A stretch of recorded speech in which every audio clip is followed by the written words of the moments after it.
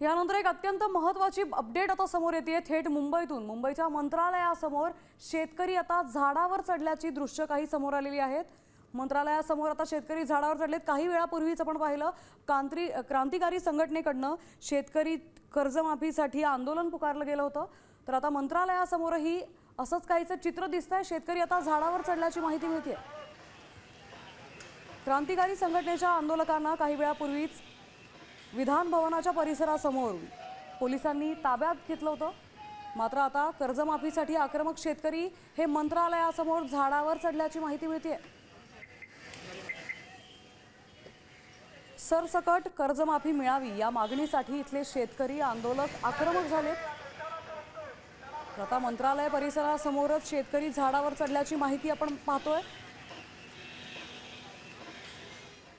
आपल्यासोबत आपले प्रतिनिधी गणेश कवडे जोडले गेलेले आहेत। गणेश, नेमकं काय प्रकरण आहे, काय यांच्या मागण्या आहेत?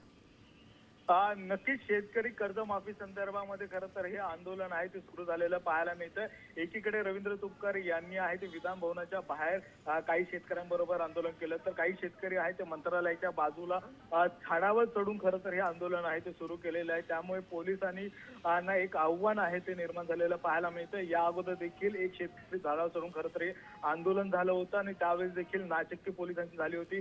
जवळपास 2 तास या सगळ्या तरुणांना खाली उतरवण्यामध्ये आहे ते पोलिसांना लागले होते। मात्र आज पुन्हा एकदा हे सगळे शेतकरी आहेत ते झाडावर चढून आंदोलन करतायत। 3 शेतकरी खरं तर हे झाडावर चढलेले आहेत आणि शेतकऱ्यांची कर्जमाफी झालीच पाहिजे या प्रामुख्याने या मागणीसाठी हे आंदोलनकर्ते आहेत ते झाडावर चढलेले आहेत। पीक विमा संदर्भाचा प्रश्न आहे, पीक विमा मिळत नाहीये, शेतकऱ्यांच्या धान्याला भाव नाहीये, अशा पद्धतीच्या मागण्यांसाठी खरं तर हे आंदोलनकर्ते सुरू झालेले आहे। अग्निशमन दलाची गाडी देखील आहे।